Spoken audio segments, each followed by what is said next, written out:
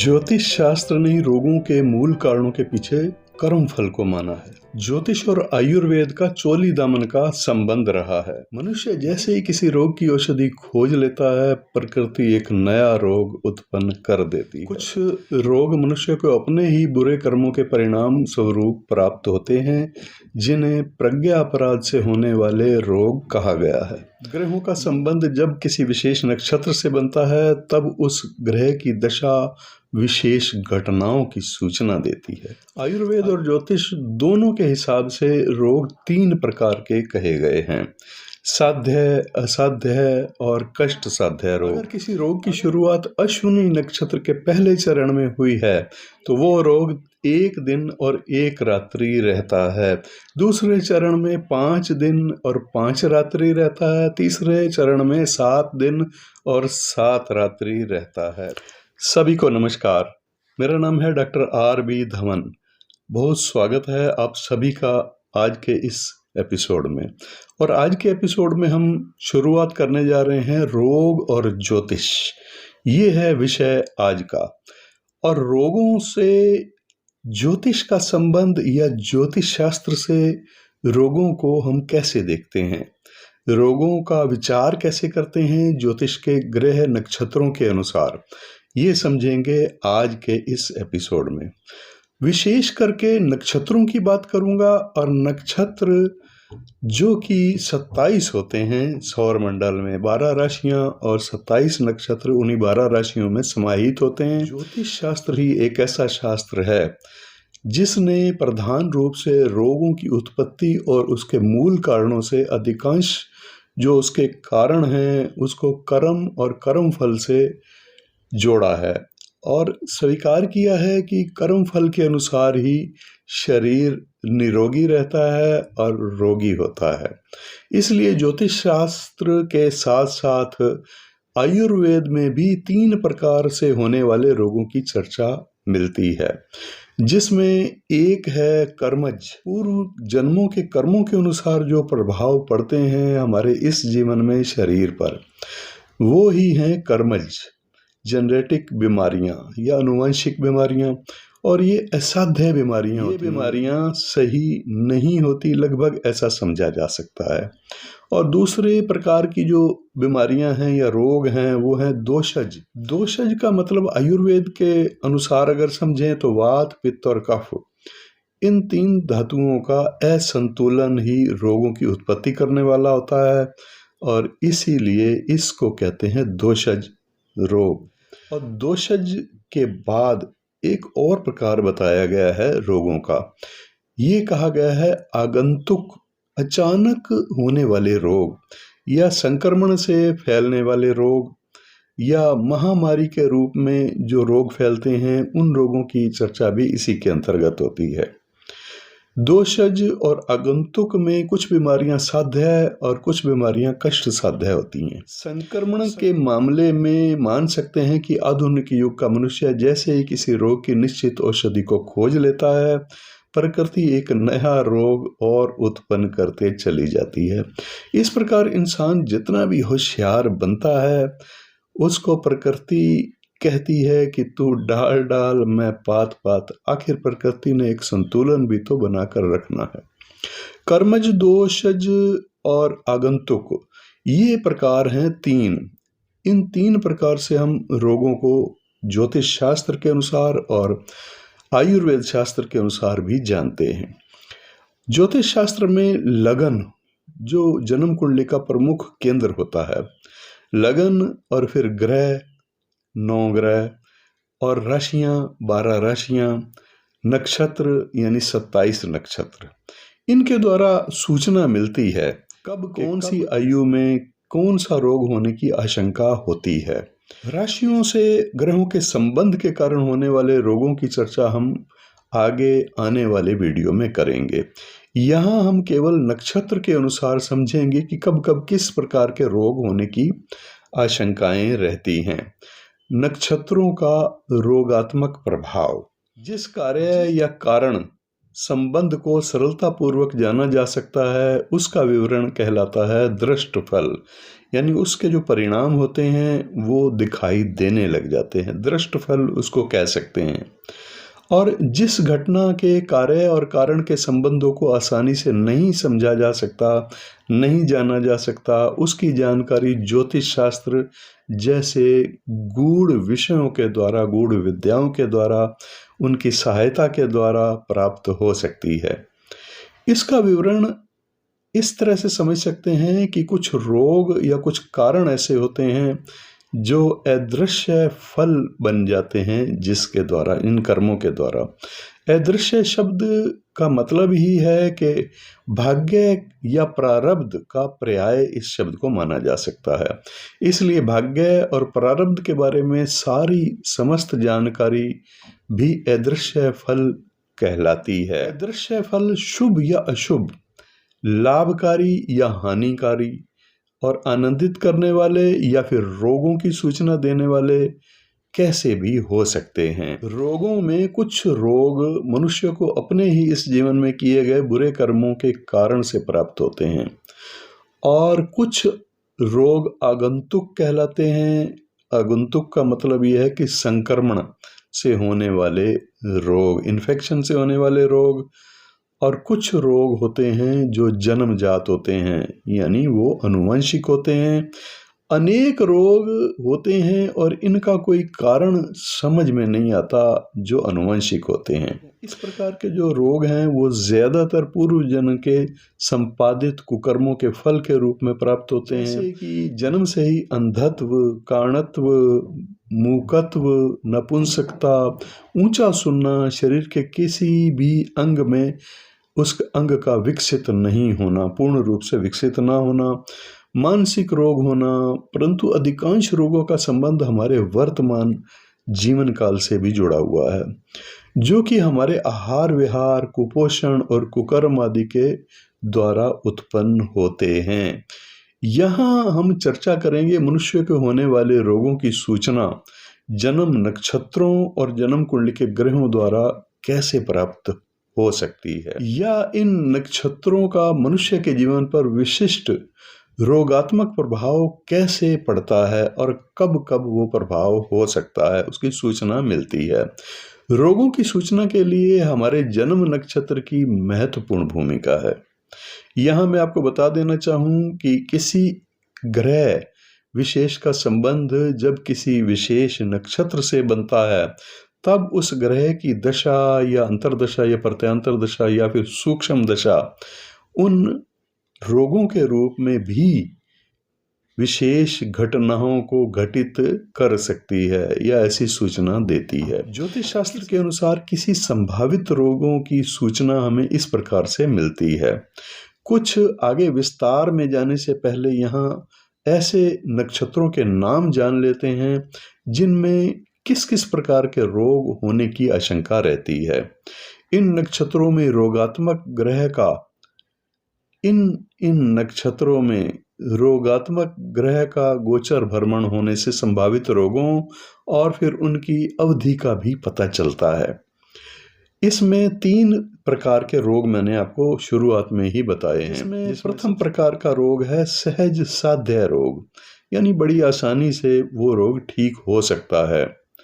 ये रोग हो सकते हैं अश्विनी, रोहिणी, पुष्य, मृगशिरा, ज्येष्ठा या पुनर्वसु नक्षत्र में। दूसरा वर्ग जो है वो है कष्ट साध्य, यानी उसमें बड़ी मेहनत करनी पड़ती है और जटिल हो जाता है वो रोग, कठिनाई से ठीक हो सकता है। लेकिन ऐसे रोग होते हैं स्वाति, चित्रा, आर्द्रा, श्रवण, पूर्वा, फाल्गुनी, विशाखा, कृतिका, अश्लेषा और अनुराधा नक्षत्र से अगर कुछ विशेष ग्रहों का संयोग हो जाए तो। इसके बाद तीसरे प्रकार के रोग जो हैं वो हैं असाध्य, जिनका कोई इलाज नहीं है, चिकित्सा नहीं है। इसमें मृत्यु काल तक वो रोग बना रहता है और ज्यादातर वो रोग होते हैं अनुवांशिक। अनुवांशिक रोग जो होते हैं वो असाध्य माने गए हैं ज्यादातर। इसमें मृत्यु काल तक वो रोग बना रहता है, इसलिए मृत्यु तुल्य कष्ट की सूचना भी देते हैं कुछ नक्षत्र। मृत्यु तुल्य कष्ट या मृत्यु सूचक नक्षत्र हैं मघा, भरणी, हस्त, मूल और चित्रा। अब कुछ नक्षत्र ऐसे हैं जिनमें अगर रोग की शुरुआत हो तो वो रोग साध्य या फिर कष्ट साध्य हो सकते हैं। इनमें मृत्यु की संभावना नहीं होती या आनुवंशिक रोग ज्यादातर नहीं होते। अश्विनी नक्षत्र में अगर हो सकता है तो स्वर भंग यानी गले की खराबी, मूर्छा, मति भ्रम, अनिद्रा और वात रोगों की अधिकता।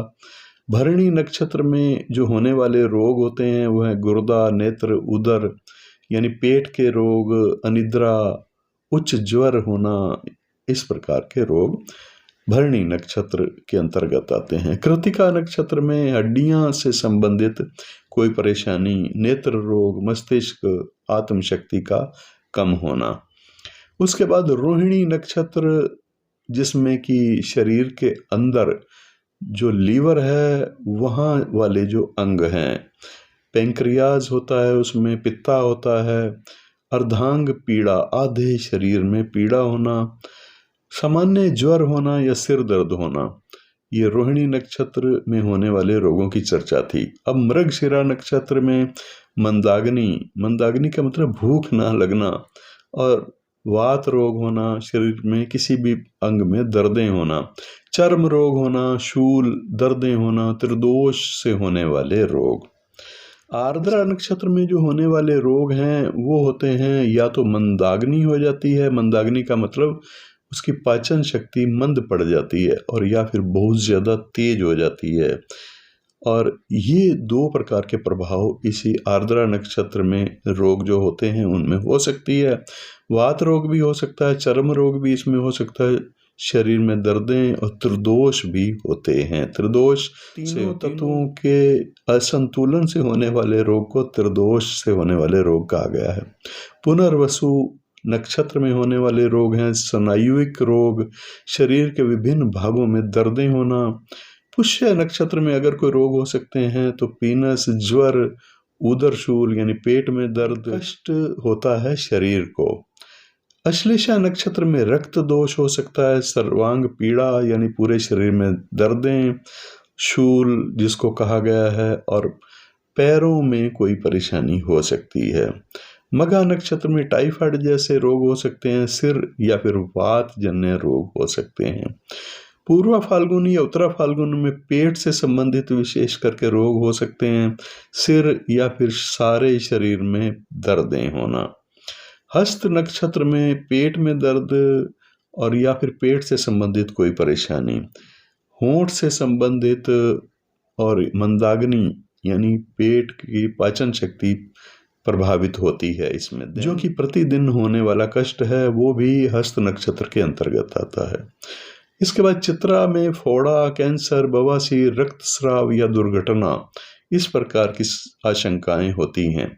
स्वाति नक्षत्र में कंठ यानी गले से संबंधित परेशानियां, क्षय रोग भी हो सकता है, वात रोग भी हो सकता है, मानसिक पीड़ा भी होती है। विशाखा नक्षत्र में गुर्दा, आधे अंगों में दर्द या अर्धांग से नीचे वाले रोग, पैरों में होने वाली वात व्याधियों की चर्चा यहाँ विशाखा नक्षत्र के अंतर्गत आती है। मंदाग्नि या फिर अपच। अनुराधा नक्षत्र के अंतर्गत कफ से संबंधित परेशानियां, तीव्र ज्वर भी हो सकता है, सिर दर्द, मनोव्यथा, और ये रोग होने की आशंकाएं होती हैं। ज्येष्ठा नक्षत्र में गुप्त रोगों के होने की आशंका, वायु रोग, पित्त रोग और उदर यानी पेट से संबंधित कोई परेशानियां। मूल नक्षत्र में जो रोग हो सकते हैं वह सुप्त यानी ऐसे रोग जो कि छुपे हुए होते हैं। मुख में भी रोग हो सकता है, पेट में भी हो सकता है, त्रिदोष जन्य रोग कहे गए हैं। पूर्वाषाढ़ा में पीलिया रोग हो सकता है, शारीरिक कष्ट, शरीर में दर्दें, सिर में दर्द, कुष्ठ जैसी बीमारियां भी इस नक्षत्र में हो सकती हैं। उत्तराषाढ़ा नक्षत्र में अतिसार यानी दस्त लगना, कमर में कोई पीड़ा या दर्द होना, पेट में और नाभि में दर्दें या कोई परेशानी होना, मनोव्यथा, मन चिंतित होना, मन से संबंधित कोई व्यथा होना, नींद न आना भी इसमें मुख्य हो सकता है।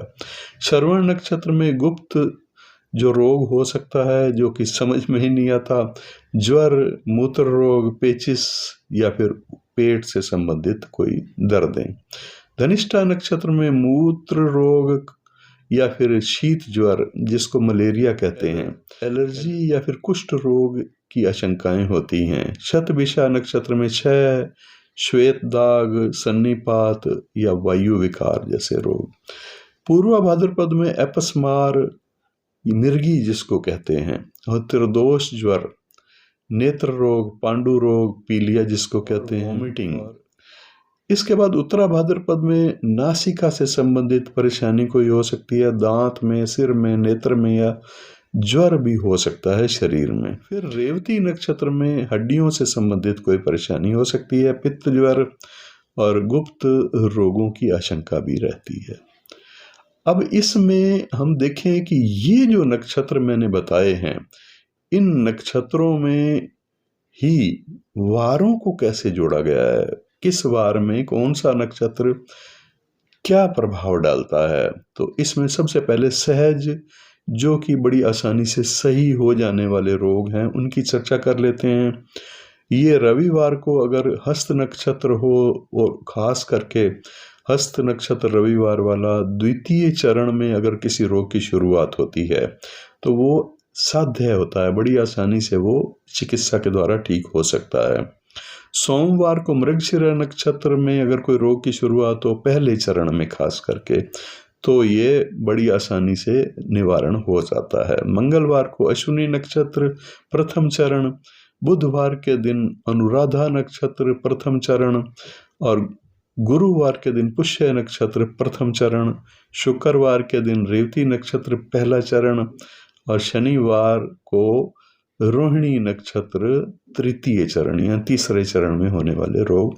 ये सभी जो वारों से संबंधित रोग मैंने बताए हैं, ये साध्य रोग होते हैं।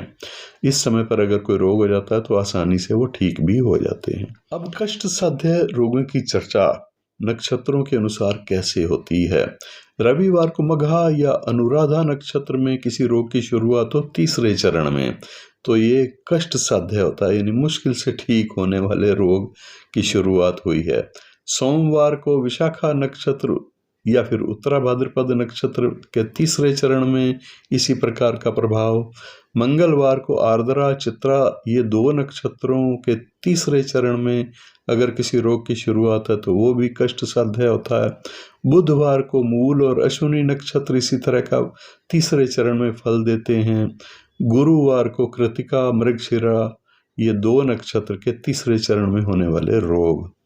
शुक्रवार को रोहिणी और अश्लेषा नक्षत्र के तीसरे चरण में अगर किसी रोग की शुरुआत होती है, और शनिवार को हस्त नक्षत्र के तीसरे चरण में अगर कोई रोग शुरू होता है, तो ये सभी कष्ट साध्य हैं।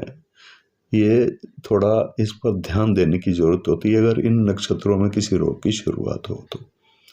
इसके बाद फिर नक्षत्रों के चरणों के अनुसार रोग कितने दिन तक रह सकता है, उसको रेखांकित किया गया है।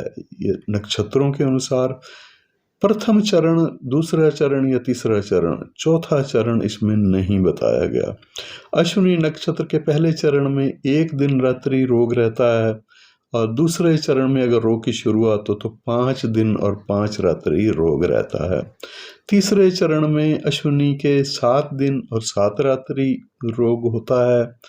भरणी नक्षत्र में पहले चरण में 7 दिन और दूसरे चरण में मृत्यु तुल्य कष्ट की आशंका होती है। और अगर तीसरे चरण में भरणी नक्षत्र के रोग की शुरुआत हो तो 90 दिन, बड़ी लंबी अवधि तक वो रोग के लक्षण रह सकते हैं। कृतिका नक्षत्र में पहले चरण में 10 दिन की अवधि, और दूसरे चरण में 12 दिन और तीसरे चरण में 5 दिन। इसी तरह से रोहिणी नक्षत्र में पहले चरण में 9 दिन, दूसरे चरण में 18 दिन और तीसरे चरण में 12 दिन। मृगशिरा नक्षत्र में पहले चरण में 7 दिन, दूसरे चरण में 12 और तीसरे चरण में 22 दिन। आर्द्रा नक्षत्र में पहले चरण में 14 दिन, दूसरे चरण में भी 14 ही दिन, लेकिन तीसरे चरण में मृत्यु संभावित हो सकती है। यहाँ बड़ा खतरा होता है। पर मृत्यु होती कब है? जब उसका मार्केश भी साथ साथ उस समय चल रहा हो। कुंडली देखने के बाद पता चलेगा। इस नक्षत्र आर्द्रा में तीसरे चरण में अगर कोई रोग शुरू होता है तो मृत्यु की संभावना होती है जब उसका मार्केश ग्रह की दशा चल रही हो, तब होती है।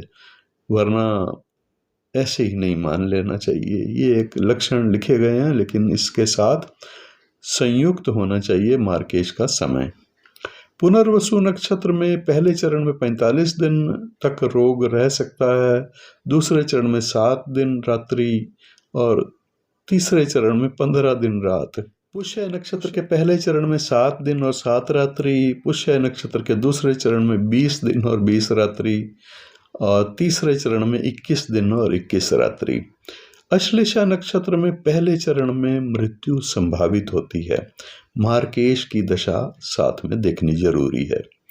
और दूसरे चरण में 38 दिन तक रोग की आशंका होती है रहने की। तीसरा चरण अगर हो तो मृत्यु यहाँ भी संभावित होती है।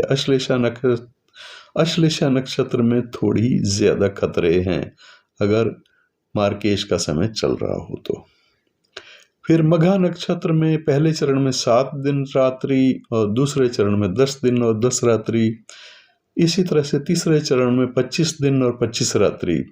पूर्वा फाल्गुनी के पहले चरण में 14 दिन 14 रात्रि और दूसरा चरण हो पूर्वा फाल्गुनी का तो 12 दिन 12 रात्रि। लेकिन तीसरे चरण में 30 दिन और 30 रात्रि अत्यंत कष्टकारी होते हैं। उत्तरा फाल्गुनी के पहले चरण में 12 दिन और 12 रात, दूसरे चरण में 14 दिन और 14 रात, तीसरे चरण में 22 दिन और 22 रात्रि। हस्त नक्षत्र में पहले चरण में 7 दिन और 7 रात्रि, दूसरे चरण में 4 दिन और 4 रात्रि। इसी तरह से तीसरे चरण में 5 दिन और 5 रात्रि। चित्रा नक्षत्र में 20 दिन होते हैं खतरनाक, क्योंकि अगर चित्रा नक्षत्र के पहले चरण में किसी रोग की शुरुआत होती है और मारक ग्रह की दशा भी चल रही है तो मृत्यु संभावित होती है। अगर दूसरा चरण है तो फिर 95 दिन तक रोग रह सकता है। इसी तरह से तीसरा चरण में 13 दिन, स्वाति के पहले चरण में 17 दिन और रात, दूसरे चरण में 22 दिन और रात, ऐसे ही तीसरे चरण में 28 दिन और रात। विशाखा नक्षत्र में रोग की शुरुआत हो तो पहले चरण में 17 दिन रात, दूसरे में 21 दिन रात और तीसरे चरण में फिर खतरा मृत्यु तुल्य कष्ट हो सकता है। इसमें मार्केश को देखना होगा। इसके बाद अनुराधा नक्षत्र के पहले चरण में 12 दिन रात, दूसरे चरण में 5 दिन और रात, तीसरे चरण में 64 दिन और रात। ज्येष्ठा नक्षत्र में पहले चरण में 47 दिन रात, दूसरे चरण में 45 दिन रात और तीसरे में 28 दिन रात। मूल नक्षत्र में पहले चरण में 48 दिन रात, दूसरे चरण में 19 दिन रात और तीसरे चरण में 15 दिन रात। पूर्वाषाढ़ा नक्षत्र में पहले चरण में रोग की शुरुआत हो तो 15 दिन रात और दूसरे चरण में रोग की शुरुआत हो तो 22 दिन रात। तीसरे चरण में अगर रोग की शुरुआत हो तो मृत्यु तुल्य कष्ट की आशंका होती है। मार्केश यहाँ भी देखना जरूरी है। पूर्वाषाढ़ा नक्षत्र में था ये 15 दिन 22 दिन और 22 दिन।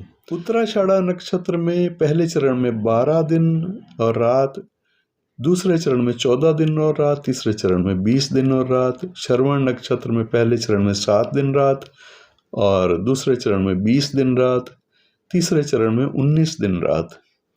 धनिष्ठा नक्षत्र में पहले चरण में 20 दिन रात और दूसरे चरण में 62 दिन और रात, तीसरे चरण में 31 दिन और रात। शतभिषा नक्षत्र में कोई रोग होने की संभावना होती नहीं है। ये एक विशेष नक्षत्र है शतभिषा, और इसका मतलब ही है कि 100 औषधियों के गुणों वाला नक्षत्र, इसीलिए इसको शतभिषा कहा गया है। भेषज जो है वो चिकित्सा या औषधियों से संबंधित है और शत का मतलब 100। पूर्वा भाद्रपद नक्षत्र में पहले चरण में 5 दिन रात, दूसरे चरण में 5 दिन रात और तीसरे चरण में 16 दिन रात। उत्तरा भाद्रपद नक्षत्र के पहले चरण में रोग की शुरुआत होने पर 15 दिन रात, दूसरे चरण में 2 दिन और रात, तीसरे चरण में 19 दिन और रात। रेवती ये 27वां और अंतिम नक्षत्र, इसके पहले चरण में 12 दिन और रात, दूसरे चरण में 16 दिन और रात, तीसरे में 30 दिन और रात। अब कुछ विशेष नक्षत्रों के चरण हैं, उनको विशेष रूप से कहा गया है। इसमें स्वाति तीसरा चरण, विशाखा चौथा चरण, अनुराधा तीसरा चरण, पूर्वा फाल्गुनी तीसरा चरण, भरणी दूसरा चरण, आर्द्रा तीसरा चरण, पहला चरण और तीसरा चरण दोनों हैं। इसमें अत्यंत कष्ट की सूचना मिलती है, अत्यंत कष्टकारी रोगों की सूचना मिलती है, या फिर रोगों की अवधि उम्र के अनुसार दीर्घतर हो जाती है, बड़ी लंबी भी हो सकती है। मार्केश की दशा या अंतरदशा हो तो अवश्य खतरा बहुत बड़ा होता है। जातक की आयु का खतरा इस समय पर तो विशेष कहा गया है। अब इसके लिए तो देखना होगा कि जन्म काल का चंद्रमा पक्ष बल में अगर बहुत क्षीण बली है, और क्षीण बली कब होता है? कृष्ण पक्ष की अष्टमी से शुक्ल पक्ष की पंचमी के मध्य है। ऐसे समय का चंद्रमा किसी की कुंडली में है और जातक के जन्म नक्षत्र से अगर गोचर के समय में कुंडली का षष्ठेश ग्रह, छठे स्थान का स्वामी, प्रथम, दशम या 19वें नक्षत्र में ऊपर से गुजर रहा है और इस ग्रह की अंतरदशा, प्रत्यांतर दशा या सूक्ष्म दशा भी है, मार्केश ग्रह की षष्ठेश जो कहा गया है, मार्केश की दशा या फिर अंतरदशा तो खतरा होता ही होता है, लेकिन इस समय पर चंद्रमा का बल भी देखना जरूरी होता है। और चंद्रमा का बल भी अगर निर्बल है तो इस ग्रह की प्रत्यांतर या सूक्ष्म दशा भी रोगकारी हो सकती है। वो ग्रह प्रथम, दशम या 19वें नक्षत्र का स्वामी हो या फिर जिस नक्षत्र में वो ग्रह है जिसकी दशा अंतरदशा या सूक्ष्म दशा है, वह नक्षत्र उस सूची के अनुसार साध्य, असाध्य या फिर कष्ट साध्य होने की सूचना वो नक्षत्र दे रहा है, तो उसके अनुसार वो साध्य, असाध्य या कष्ट साध्य हो सकता है। फिर ये भी देखना होगा कि जन्म काल का चंद्रमा पक्ष बल में अगर मध्य बली है, ऐसा चंद्रमा जो कृष्ण पक्ष की षष्ठी और सप्तमी या शुक्ल पक्ष की षष्ठी और सप्तमी का है, और जातक के जन्म नक्षत्र से अगर गोचर काल में कुंडली का षष्ठेश ग्रह, छठे स्थान का स्वामी ग्रह, प्रथम, दशम या 19वें नक्षत्र में आ रहा है और वह ग्रह प्रथम, दशम या 19वें नक्षत्र का स्वामी भी है, तो फिर वो ग्रह पहले बताई गई सूची के अनुसार अगर मैच हो रहा है उस नक्षत्र से, तो उसका संबंध उस नक्षत्र से अगर है तो ये नक्षत्र साध्य या फिर कष्ट साध्य रोगों की सूचना दे रहा है। या तो वो ठीक हो जाएगा और या फिर थोड़ा दिक्कत से, तकलीफ से ठीक होने वाला रोग होगा। कष्ट साध्य उसी को कहा गया है। फिर तीसरे नंबर पर यह भी देखना होगा कि जन्म के समय पर चंद्रमा अगर पक्ष बल में बलवान है, बलवान शुक्ल पक्ष की अष्टमी से कृष्ण पक्ष की पंचमी का होता है, और जातक के जन्म नक्षत्र से अगर गोचर काल में कुंडली का षष्ठेश ग्रह, छठे स्थान का स्वामी ग्रह, जन्म नक्षत्र से प्रथम, दशम या फिर 19वें नक्षत्र में गोचर में आ रहा है और उसकी अंतरदशा, प्रत्यांतर दशा वगैरह भी है उस समय पर, तो वो नक्षत्र पहले जो बताई गई है सूची उसके अनुसार भी अगर आ रहा है, तो ऐसे में अगर कोई रोग होता है तो वो साध्य प्रकार का रोग होगा, मतलब आसानी से वो ठीक हो जाने वाला रोग होगा। अब इसमें और अगर हम और ऐड करें तो उसमें हमें देखना होगा कि अल्पायु योग के लिए इसी ग्रह से संबंध बनाने वाले नक्षत्रों को अगर हम देखते हैं तो ये देखना होगा कि अगर जन्म नक्षत्र से तीसरा, 12वां और 21वां नक्षत्र में गोचर भ्रमण करते हुए कुंडली का षष्ठेश, अष्टमेश या द्वादशेश जो भी त्रिक के स्वामी होते हैं उनमें से कोई ग्रह गोचर में आ रहा है, या षष्ठेश अष्टमेश और द्वादशेश ग्रह की दशा, अंतरदशा, प्रत्यांतर दशा या सूक्ष्म दशा भी चल रही है, और उस ग्रह का संबंध पहले बताई गई नक्षत्र सूची में से भी किसी नक्षत्र से हो रहा है, तो ऐसे में तब उस काल या उस समय में कुंडली में अल्पायु योग सूचित नहीं हो रहा तो फिर वो रोग साध्य होता है, उसका कोई खतरा नहीं है, आशंका ऐसी नहीं होती, चिकित्सा से रोग का निवारण आसानी से हो जाता है। इसका मतलब ये भी है कि कुंडली में अल्पायु योग वाले जातक को इस समय में अनिष्ट या खतरा ज्यादा होता है। जब षष्ठेश अष्टमेश या द्वादशेश शनि हो या इससे संबंध बना रहे किसी मारक ग्रह की दशा का समय भी चल रहा हो। अगर किसी मार्केश ग्रह की दशा इत्यादि नहीं है तब उपचार करने से स्वास्थ्य लाभ हो जाता है। अब और देखें तो मध्यम आयु योग जिनकी कुंडली में है, पहले ये निश्चित कर लेना होगा अपनी जन्म कुंडली से कि उसका अल्पायु योग है, मध्य आयु योग है या दीर्घायु योग है, उसकी कुंडली किस वर्ग की आयु की सूचना दे रही है। तो उसको देखते हुए मध्य आयु योग की अगर सूचना उसकी कुंडली दे रही है, उसके ग्रह दे रहे हैं, तो ये देखना होगा कि अगर जन्म नक्षत्र से 5वां, 14वां और 23वां नक्षत्र में गोचर भ्रमण करते हुए कुंडली का षष्ठेश, अष्टमेश या द्वादशेश ग्रह आ रहा है, या फिर षष्ठेश, अष्टमेश और द्वादशेश ग्रह की दशा, अंतरदशा, प्रत्यांतर दशा या सूक्ष्म दशा, और उस ग्रह का संबंध पहले बताई गई नक्षत्र सूची में से भी किसी नक्षत्र से हो रहा है, तब इस समय में, इस काल में अगर कुंडली में मध्य आयु योग की सूचना मिल रही है तो फिर ये रोग कष्ट साध्य होगा। कष्ट साध्य का मतलब थोड़ा कठिनाई से ठीक होने वाला, समय भी ज्यादा लगेगा, ऐसी आशंका होती है। मृत्यु तुल्य कष्ट की सूचना भी मिलती है, मृत्यु नहीं होती लेकिन मृत्यु तुल्य कष्ट की सूचना अवश्य मिलती है। या तो चिकित्सा करवाने से रोग का निवारण बहुत कठिनाई से हो जाएगा, या फिर जीवन को खतरा अगर लापरवाही की जाए तो फिर हो सकता है। इसका मतलब ये भी है कि कुंडली में मध्य आयु योग वाले जातक को इस समय में अनिष्ट की आशंका ज्यादा होती है। जब षष्ठेश, अष्टमेश, द्वादशेश शनि या फिर शनि से बनाने वाले मारक ग्रह का संबंध उसकी दशा, अंतरदशा चल रही हो, और किसी मारक ग्रह की दशा का समय उस समय पर हो। अगर किसी मार्केश ग्रह की दशा नहीं चल रही तब मृत्यु तुल्य कष्ट होकर के वो समय उपचार करने से ठीक हो जाता है रोग, यानी उसको स्वास्थ्य लाभ होकर के जीवन रक्षा हो जाती है। फिर इसके बाद अगर हमने जन्म कुंडली से निश्चित कर लिया है कि उसकी आयु दीर्घायु का योग है कुंडली में, तो फिर इस तरह से देखना है।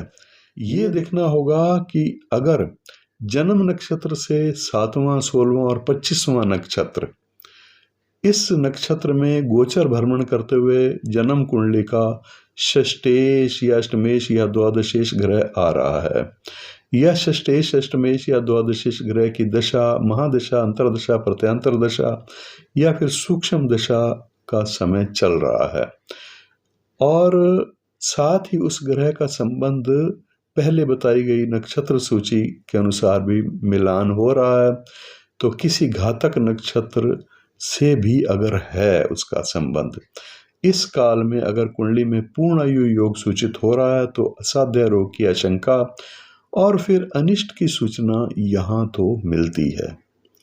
चिकित्सा से रोग का निवारण असंभव होता है ऐसे समय में, जीवन को खतरा ज्यादा होता है ऐसे समय में। इसका मतलब ये भी है कि कुंडली में पूर्ण आयु योग वाले जातक को इस समय अनिष्ट की आशंका ज्यादा होती है। जब षष्ठेश और अष्टमेश, द्वादशेश शनि हो और मारकेश ग्रह के रूप में वो हो, तो इन नक्षत्रों से संबंध भी बना रहा हो और किसी प्रबल मारक ग्रह की दशा का समय भी चल रहा हो, तो ऐसे में अगर किसी मार्केश ग्रह की दशा नहीं है तब मृत्यु तुल्य कष्ट होकर के हर संभव उपचार करने से कठिनाई से लेकिन उसको स्वास्थ्य लाभ होकर के जीवन रक्षा हो जाती है। पर मुख्य बात यहाँ पर यह है कि जो भी मैंने आपको नक्षत्र की सूची बताई है उसमें हमें ये देखना होगा कि उसकी आयु की समाप्ति तो नहीं हो रही।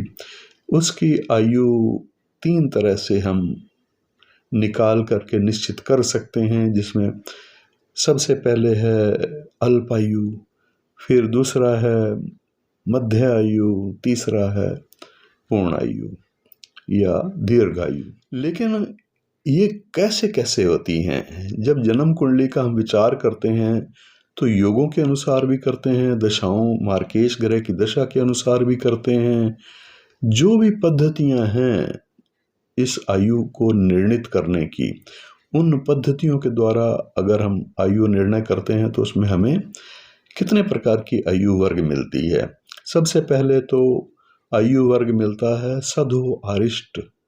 सधु आरिष्ट का मतलब ये होता है कि बच्चा जब माता के पेट में आता है उसी दिन से लेकर के 1 वर्ष तक ये समय होता है सधु आरिष्ट। इसमें ज़्यादातर गर्भपात की संभावनाएं भी रहती हैं और गर्भपात की संभावनाओं को समाप्त करने के लिए हमारे शास्त्रों में षोडश संस्कारों में पहले जो 3 संस्कार हैं वो कहे गए हैं जन्म से पहले।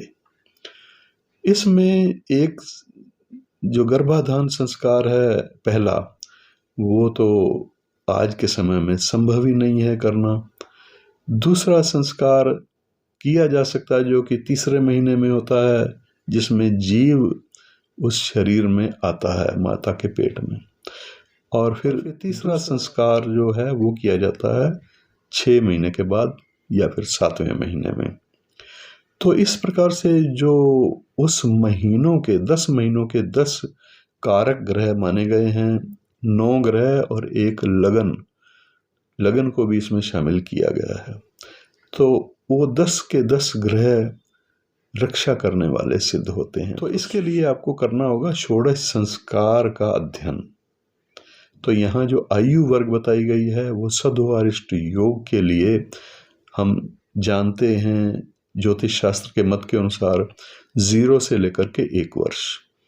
फिर उसके बाद जो बालारिष्ट बताया गया है, बालारिष्ट बताया गया है उस 1 वर्ष से लेकर के, यानी अगर हम पूरे समय में जन्म होता है बच्चे का तो जन्म होने के 3 महीने बाद से वो समय शुरू होता है और 12 वर्ष तक की आयु तक होता है।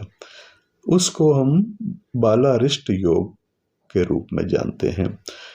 बालारिष्ट योग के लिए या सधुआरिष्ट योग के लिए केवल और केवल शास्त्रों में, ज्योतिष के शास्त्रों में योगों की चर्चा मिलती है। इसमें स्पष्ट मना किया गया है कि आपको दशा मार्केश या मार्केश की अंतरदशा प्रत्यांतर दशा काम नहीं आएगी। उसमें केवल और केवल अरिष्ट के या बालारिष्ट के योगों को ही देख करके उसी से निश्चय किया जाता है। फिर 12 वर्ष का बच्चा जब हो जाता है वहां से लेकर के 33 वर्ष की आयु तक अल्पायु योग होता है। इसी को कहते हैं अल्पायु योग। इसका मतलब यह है कि 33 वर्ष तक अल्पायु योग है 12 से लेकर के। फिर 33 से लेकर 66 साल तक की आयु मध्य आयु योग कहलाता है। हम जन्म कुंडली में अगर अल्पायु योग देखते हैं या मध्य आयु योग देखते हैं, मध्य आयु के बाद फिर दीर्घायु योग या पूर्ण आयु योग 66 से 100 वर्ष तक, लगभग 100 सवा 100 वर्ष तक होता है। तो इन तीनों के लिए मार्केश दशा देखना जरूरी है। उस मार्केश के अनुसार और योग के अनुसार गणना करने पर हमें पता चलता है कि इस समय में ये इसका समय हो सकता है। तो इस समय को अगर ज्ञात कर लिया है तो फिर गोचर को हम इस प्रकार से देखें जैसे कि नक्षत्रों से मैंने आपको आज के वीडियो में समझाया है। विषय बहुत गहन है, विषय बहुत गहरा है, इतना आसान नहीं है इसको समझना। और बहुत ज़्यादा अगर आप ज्योतिष की प्रैक्टिस करते हैं, कर रहे हैं, तो आने वाले समय में आप प्रयास करें और इससे संबंधित और योगों को भी ज्योतिष के प्रमाणिक शास्त्र जो हैं, ग्रंथ हैं, उनमें भी आप ढूंढें। जैसे कि मैंने आपको बताया है। दोस्तों, आप या आपका कोई मित्र अगर नक्षत्र गणना के अनुसार, जो कि प्राचीन वैदिक पद्धति है, नक्षत्रों से ही प्राचीन काल में एस्ट्रोलॉजी की जाती थी, तो नक्षत्र गणना के अनुसार ही मैं कुंडली का विश्लेषण करके आपको मार्गदर्शन करता हूँ। अगर किसी को मार्गदर्शन की आवश्यकता हो, ज्योतिषीय मार्गदर्शन के लिए आप समय निश्चित कर सकते हैं। उसके लिए अपॉइंटमेंट फिक्स करने के लिए जो नंबर बताए गए हैं, इन नंबरों पर आप व्हाट्सएप के माध्यम से संपर्क कर सकते हैं। लेकिन ये सर्विस पेड सर्विस है, इसके लिए पहले आप फीस की पूछताछ ज़रूर कर लीजिएगा। आज के लिए इतना ही, फिर मिलेंगे और बहुत सारी ज्योतिष से संबंधित महत्वपूर्ण जानकारियों के साथ। नमस्कार।